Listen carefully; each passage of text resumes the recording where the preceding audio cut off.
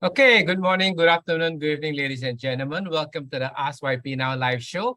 This is a show about positive living, about getting good work-life balance and making the world a better place. And today we've got a special guest with us coming all the way from the Philippines. We've got our own specialist on mental health. We've got Charlene here. Charlene, why don't you spend about 2 to 3 minutes to tell us a bit more about yourself? Okay, so I'm a registered psychologist in the Philippines. I'm also an international clinical traumatologist, which I got from Traumatology Institute of Canada. And just this month, okay, I was certified in sexual abuse trauma by American Academy of Expert in Traumatic Stress. So in short, I'm dealing with pain, dealing with trauma, and dealing with all those, horrible incidents in life.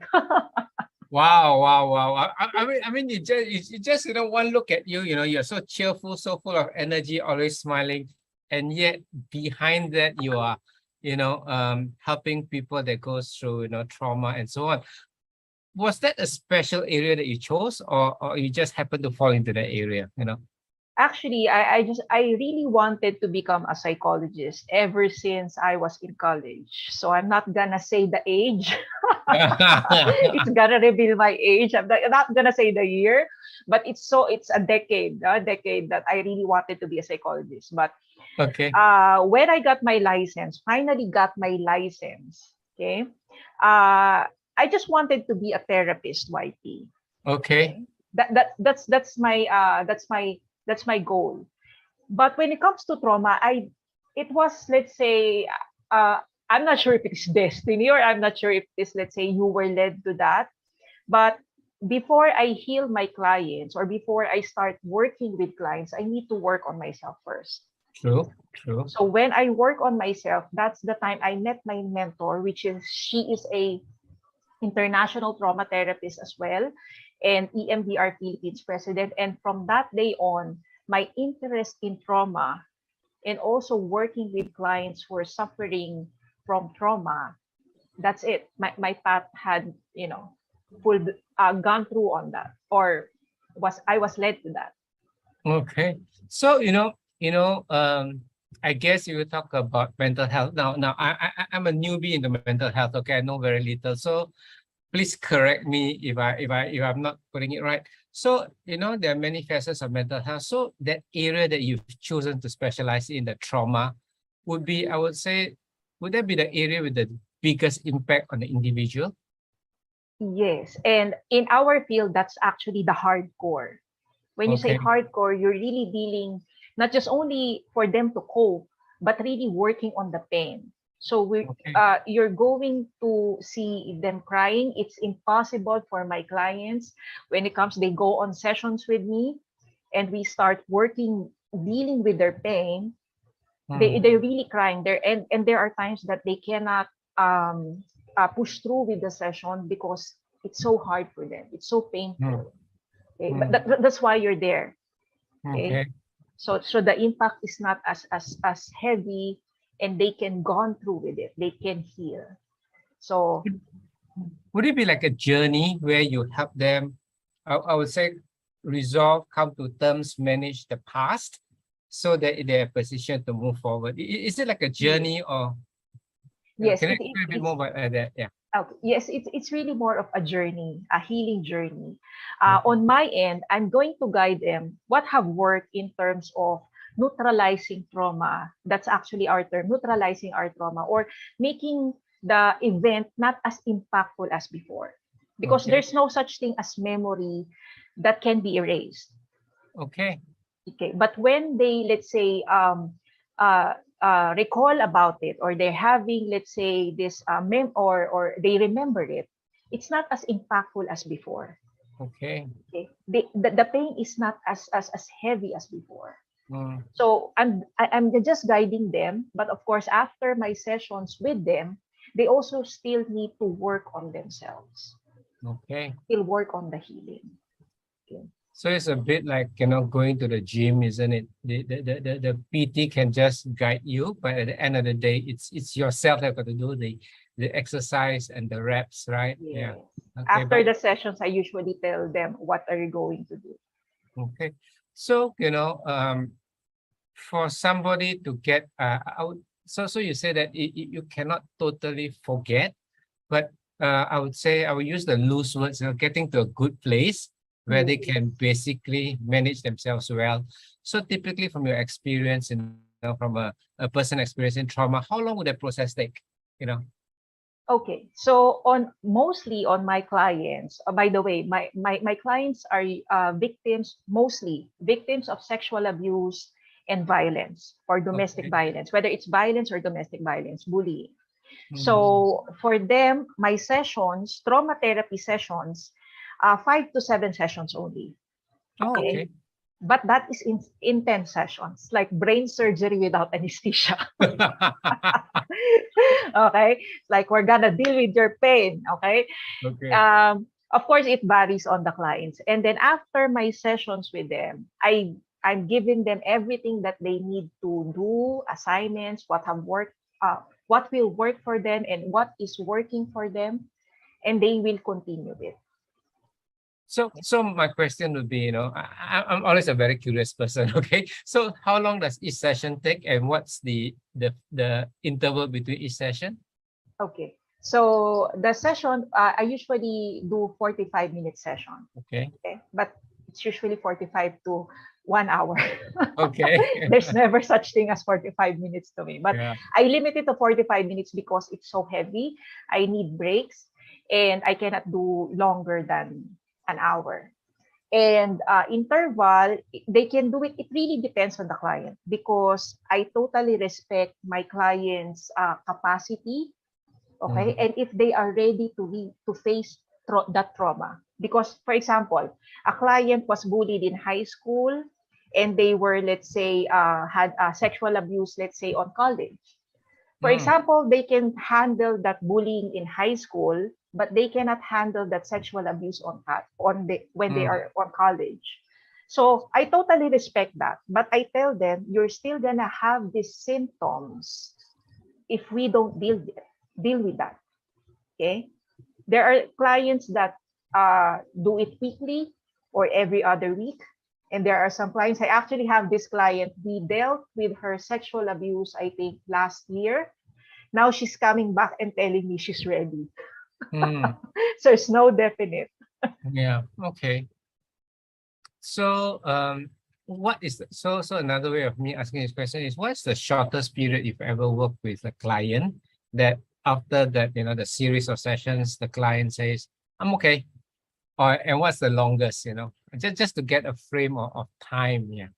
Okay, so the shortest, it really depends because Yeah. I have this client. Uh, she only um, she only gave me this presenting concern or that she had a child that died, 12 years old child that died Mm. because of ailment.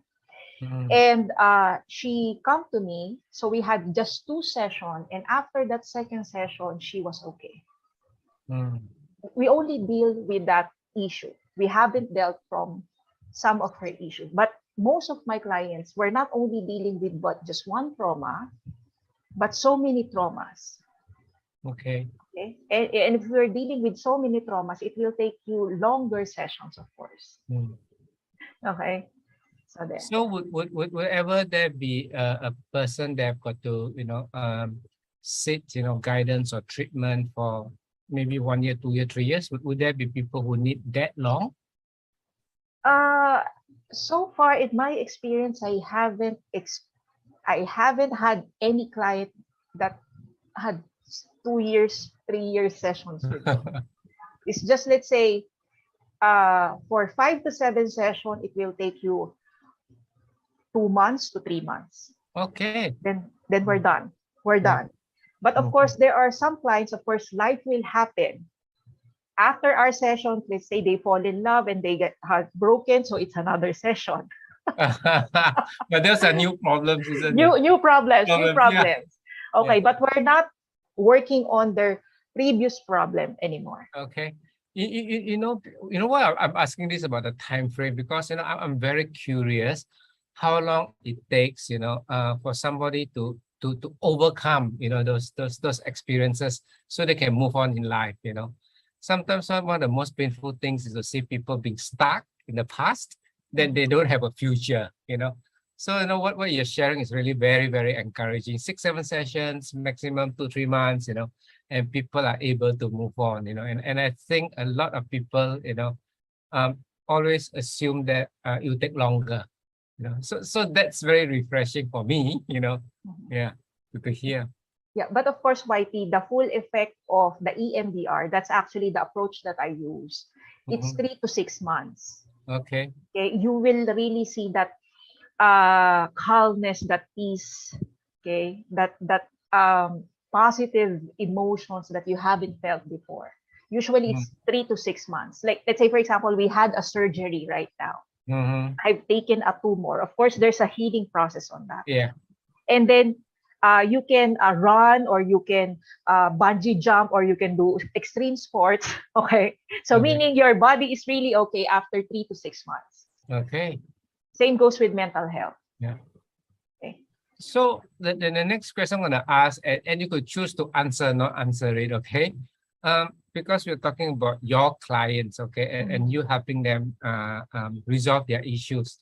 So as the therapist, the one helping them, does it affect you? Yes, of course. I'm just human. Okay. I'm just Okay. human, YP. So there are times that I get teary eyed whenever a client is undergoing that trauma therapy. Mm-hmm. And there are also times that after my session, I really cried so hard. Okay. Mm. Because of the pain of the client, and at the same time, she was, or that client was able to overcome it. Okay. So I can really feel that relief, that also that sadness, and all those things. I'm just human, right? So it's not so, as always, as like for me, I'm a business coach, business consultant, and always, the golden rule is never get emotionally involved in the issue of your client. But like you say, it's especially for yours, it's so human, it is so deep down in their emotions that it's very hard to have that disconnect, isn't it? Right? So yeah, I mean, that's definitely you're human. So my next question is, what do you do? Okay, what do you do to, let's say, um, recharge yourself, or maybe, yeah, because if it drains you a bit, you Yes, got to yes. do something for yourself, isn't it? What do you do? Of course, self-care. My Okay, self-care for me is getting some sun, exercising, eating healthy food, and meditating. The most okay. important for me is to meditate, and also to connect with positive people like you, Thank you so with much. Thank you positive so much. people. Because if I keep on, absorbing all those negatives that my clients are giving me, I'm going to lose my mind. So there. And at the same time, yes, I might get affected by my clients' issues, but I make it a point that I'm not gonna cry as hard as them. I still have this kind of imaginary boundary, okay, Okay, that I'm journeying with them, but I'm not them. okay. Or, Yeah, sounds good. Sounds good. Okay. mm, So let's move on to another area. Okay. So when you talk about you helping people with trauma, there's a bit more like um therapy reactive type thing to a situation, right? So let's think about the other direction. So for ordinary average people, what shall we do to become, mentally healthy, mentally more resilient, able to handle stress and so on? Let's say even at home or in the workplace, what sort of ideas or tips do you have? there's a lot, YP. Different people, different stroke. Okay. Okay. But for me, personally, having this kind of dealing with this kind of job that I have, and of course, Mhm. I also have problems on my own. Mhm. Number one is I always ground myself, or I always visit what is my why. Okay. Why are you doing this? Mm-hmm. What's your purpose? Because for me, that's my foundation. Okay. Even if I'm stressed, even if, let's say, there's so many things happening on my life, I'm always grounded by my why. Okay. This is my purpose. So there, that's the solid part. And then second, of course, taking care of yourself.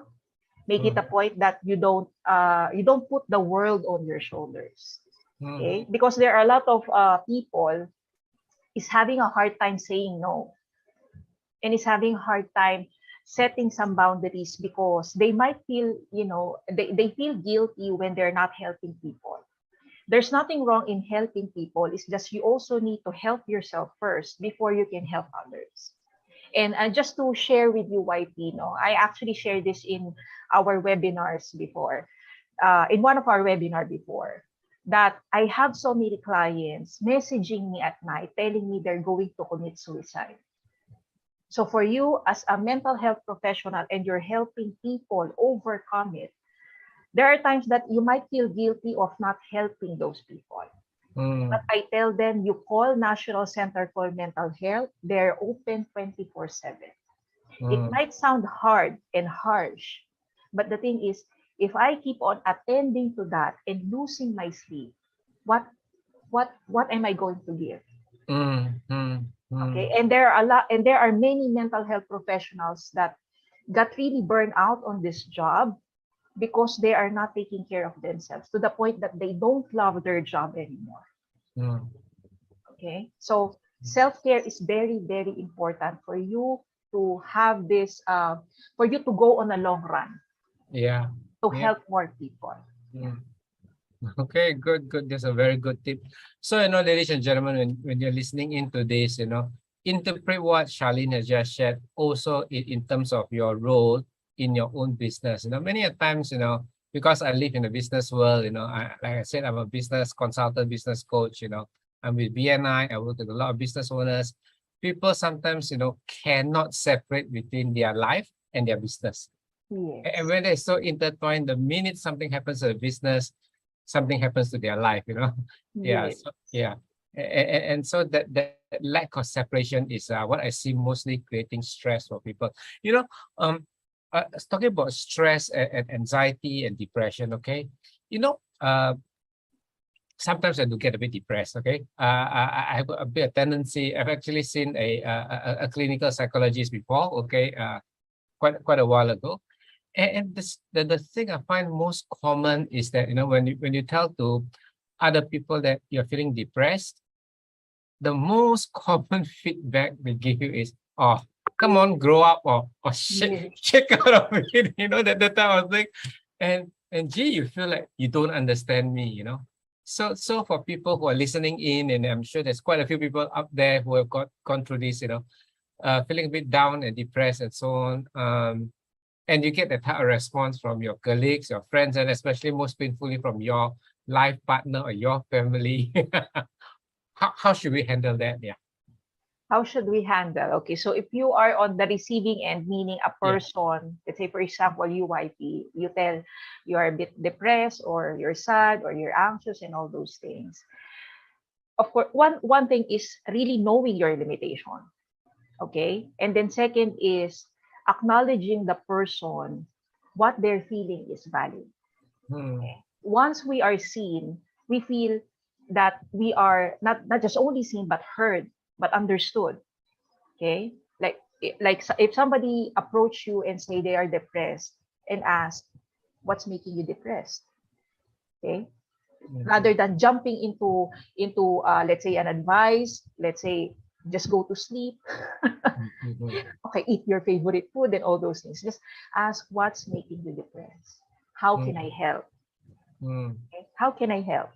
Now, if you think that it's not within your capacity and you think you don't have this, because not all people understand mental health. Okay, and then maybe suggest, shall I look for a psychotherapist for you? Would you want me to help to look for a psychotherapist or psychologist for you, so that the person will know that somebody was there for them? Mhm. That's the Mhm. most important thing. And there are times that you don't need to talk, you just need to be there. to be Yep. present. That's more than enough. Okay. So if you're talking about a person that's feeling depressed and so on, okay, what is the best thing they can do when they're feeling like that? Okay, when they're feeling like that is sit with their emotions, because when it comes to dealing with emotion, depression, it's a intense sadness. Okay, now there are times that the more we deny it, the more we suppress it, the more it grows bigger. Mm-hmm. Okay, so one thing is to really learning how to sit with your emotion and ask yourself, where is this coming from? Okay. Now, if you're having a hard time evaluating your thoughts and managing your emotions, then seek proper help so that they can help you. Where is that coming from? Where is the root cause? Because you're not gonna feel that if there's no cause in it. Okay, it's like cause and effect. The depression is just an effect. Okay, the sad mood is just an effect. Anxiety is just an effect. The question is, what's making you anxious? What's making you depressed? That's what we need to work on. Okay. A bit more like, finding out the root cause, isn't it? Yes, it's always the Yeah. root cause. Okay. Good. So another area to talk into is that, like nowadays, people talking about, work from home and then the great resignation, and people are wanting a better workplace. Okay, so people are now becoming more choosy. So have you come across, situations where companies are now more aware about creating a mentally safe, a mentally happy work environment? In the Philippines, I can always just say for the Philippines, YP, no? Yeah. All right. Okay. So in the Philippines, yes, there is, but there is also most of my, I cannot say in almost company, but because most of my clients, when they come to me, they're complaining about their boss. Okay. They're complaining about their workplace. So the change is not yet as what do you call this one, as great. Mhm. Okay, but I think there is, let's say, a slow progress. Okay, that company is booking me to what do you call this one, to talk about mental health. Okay, to attend to their employees. So there is already an awareness. But when it comes to creating a safe space, or let's say a safe working environment, okay, that I'm not really sure. Okay. I'm not really sure, because it will really take more than a talk, more than just a webinar to change a culture of the office or of the company. Mm. Okay, it needs to go. It needs to start from the top to bottom. So for those of you business owners listening in here, okay, whether you're from the Philippines or from anywhere else in the world, realize that, okay, our employees, okay, or employees really uh, need a place where they feel safe, where they feel happy, where they're able to do their best. Okay, and when that happens, I live in Australia, so Australia is a lucky place because the awareness about mental health in the workplace is much more advanced than many other countries, and it's so important to be able to create such an environment where people feel safe and to be able to perform at their best. Otherwise, guess what? In the new normal right now, especially with the work from home phenomena, people are just going to leave you and go look for somewhere better to work at. And as you know, every time we got to retrain, replace an employee, or you've got high absenteeism, it actually affects the bottom line. So it makes commercial sense, isn't it, right? Yes. To make sure that you look after your team members well, so that they can look after your bottom line well, right? So, as we are coming up to the half-hour mark, because this show is only for about 30 minutes, um, what advice would you have, Charlene, to our listeners here, whether they're business owners, whether they're employees, about, keeping themselves well in the mental health space, okay? Okay. So one thing is really learning how to evaluate our thoughts. There are times that why did I say that? It's not just because of mental health, but because of there are some narratives, okay, or there are some talks that we say to ourselves that greatly affects our mental health. For example, if you're saying to yourself you're not worthy, okay, you're not enough, and all those things, then that can affect you. I always tell to my clients that you have to be very careful on what you say to yourself, because on what you say to yourself, that will become your belief, and your belief will become your truth. Mm. So if you don't believe in yourself, how will other people believe in you? So it like goes down. So if you don't believe yourself, other people don't believe in you. So it's adding up to the point that you're already in that kind of abyss. Okay. Now you're looking for a psychologist. So that's one. Okay. So positive self-talk as much as possible. Mhm. And of course, don't forget to, or don't neglect your emotions.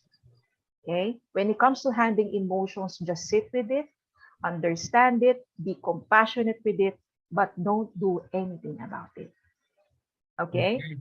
Right. All right. So that's it when it comes to dealing with mental health. And of course, last, surround yourself like YP with positive people. All right. Yeah. With positive people, not just toxic positivity that will tell you go to sleep, no, eat healthy. Not just that. People that can really be there for you, will listen to you, and will have that good or great impact in your life. Good, good, good. So, Charlene, I obviously have got your Facebook link and also your link to your LinkedIn, link to LinkedIn. Okay. Yeah. So as you listen in here, and if you want to find out a bit more about what Charlene does and what do you call it, how she helps her clients and get tips on how to be mentally resilient. Check out the comments, okay, and then we have a Facebook link there. We've got her LinkedIn link there, and I also throw in one other link, okay. So there's a company based in the Philippines called Mindworks, okay, Healthy Mind Solutions. They've got this product called Mindworks, where you are able for small investment, do an analysis to find out, what's your state of your mental health, and then you can then after that decide, whether to do self-therapy or maybe go and seek professional help. At least you've got I suppose, a scientific way of knowing where you are. Okay, so I'm just putting a little bit of plug there. So, ladies and gentlemen, thank you so much for joining us this morning, afternoon, or evening. Get a big round of applause for Charlene, for sharing with us. And as we are saying thank you to you for listening in. You see this QR code here? I've actually written a book about helping people work less and more. And at best, all of us, whether you're a business owner, employee, you want to work less and be able to earn more, isn't it? So this book is available on Amazon, but I'm not asking you to go to Amazon to buy. In fact, it's an Amazon bestseller, but I'm giving you a free copy. Go and check out this link, and then you can get a free copy of the book. Okay. So with this, ladies and gentlemen, come on, Charlie, let's give them a big wave and a big, Filipino smile. Everybody stay healthy. Okay, right. Okay. Bye bye.